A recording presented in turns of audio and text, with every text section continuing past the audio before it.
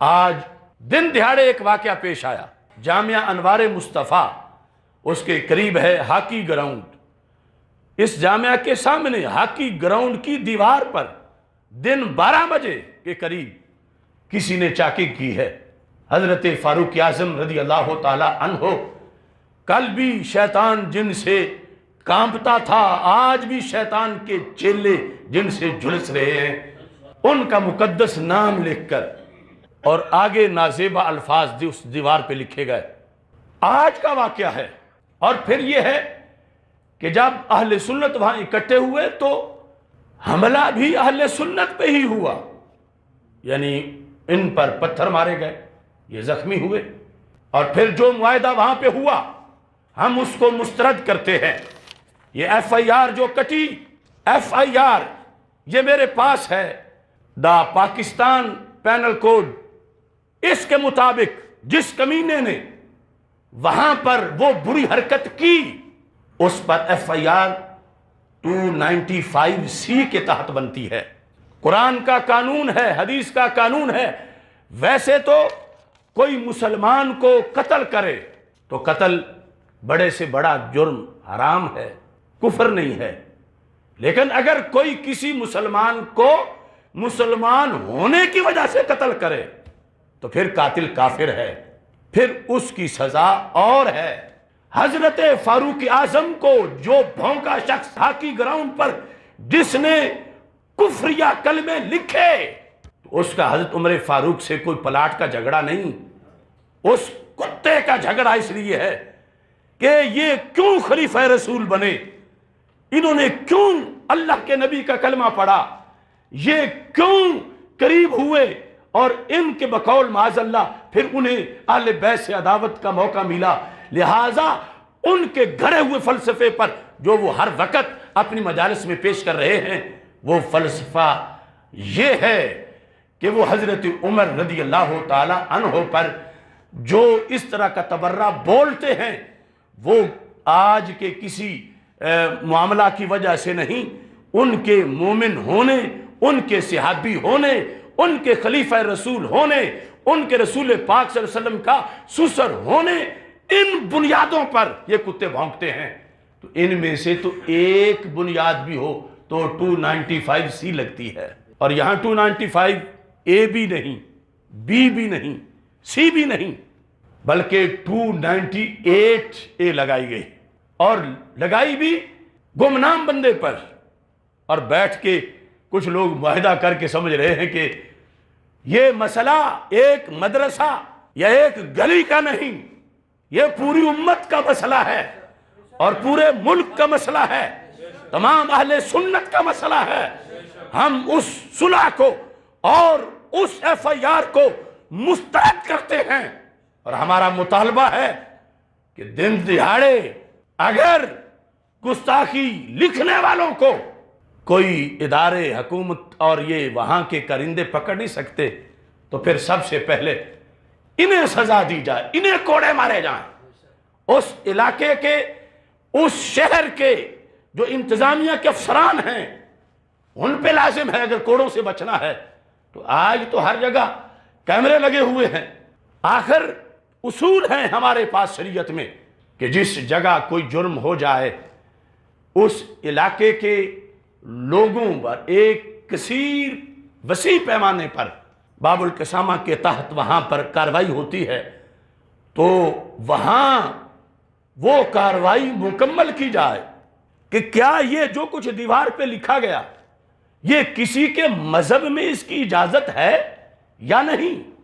اگر اجازت ہے تو کیا وہ یہ کام کرتے بھی ہیں یا نہیں۔ اگر کرتے ہیں اور اجازت بھی ہے تو پھر یہ کون کہتا ہے کہ یہ کوئی جاسوس انڈیا سے آ کے لکھ گیا ہے۔ جو کچھ لکھا گیا ہاکی گراؤنڈ کی دیوار پر، وہ ان کی سینکڑوں کتابوں سے ہم دکھا سکتے ہیں کہ ان کے نزدیک وہ کفریہ جملہ ان کے نزدیک عبادت کا درجہ رکھتا ہے۔ تو پھر اس کو یہ کہہ کے کہ پتہ نہیں کون تھا، اور انہی کے لیڈر پھر جھوٹ بول رہے ہیں کہ یہ کوئی کون تھا۔ ان کے بکواس آج بھی ریکارڈ ہے مجلس میں، آج بھی اسی لفظ کے ساتھ جس کی وہاں پر چاکنگ کی گئی۔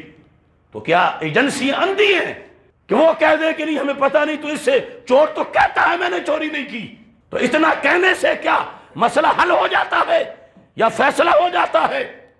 ہرگز نہیں۔ کہ کیا ان کی مجالس میں یہ نہیں کہا جا رہا؟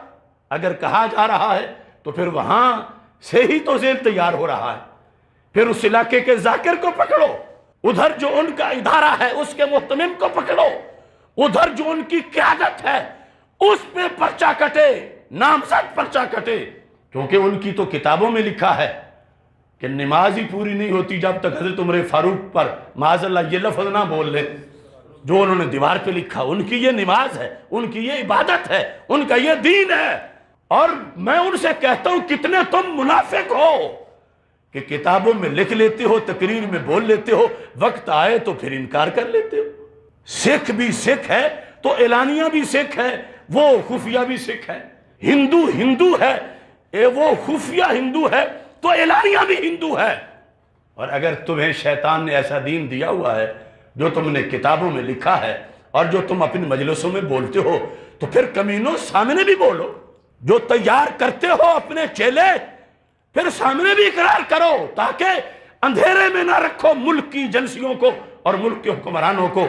ہم تو بار بار پہلے سے یہ کہتے آ رہے ہیں کہ یہ سب کچھ سلسلہ، جیسے وہاں قادیانیت اپنے نمبر بنا رہی ہے باطل کے دفتر کے اندر، ایسے ہی یہ لوگ بھی پورے وظیفہ خار ہیں وہاں کے اور یہ دھندا کر رہے ہیں۔ یقیناً یہ میری باتیں تلخ بہت ہوں گی کچھ لوگوں کے لیے، مگر جب تک ہم زندہ ہیں دھاندلی ہو اور ہم چپ رہیں تو ایسا نہیں ہوگا۔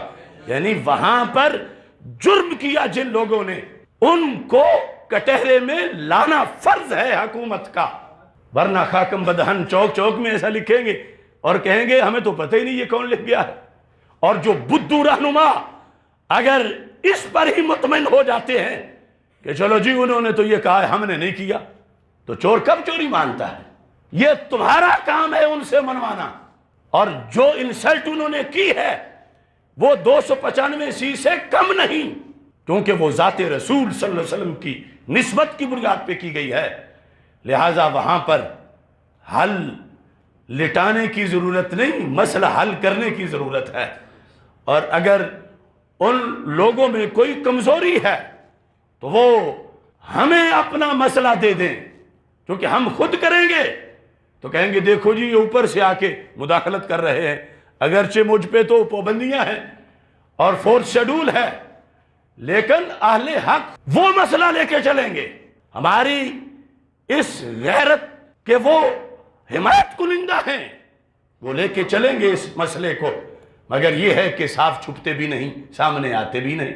ایک تو میں خود اہل سنت سے یہ کہنا چاہتا ہوں، بلا وجہ نہیں یہ چمن کی تباہیاں، کچھ باغ باہیں برق و شرر سے ملے ہوئے۔ یہ کمینے لوگ جو چھپن چھپان کی شکل میں یا اس طرح کے دیگر دھندوں میں روافظ کا فنڈ ہضم کرتے ہیں، آج انہیں بھی رجم کیا جا رہا ہے کہ اصل ان کی وجہ سے حوصلے بڑھ رہے ہیں لوگوں کے کہ جب یہ ہمارے وظیفہ خور ہیں تو پھر ہمیں کیا کہیں گے۔ اگرچہ آج شہیدوں میں خون لگا کر شامل ہونے کی وہ لوگ کوشش کر رہے ہیں، مگر ان کی وجہ سے یہ پاکستان میں دن دہاڑے ایسے کرتوت ہو رہے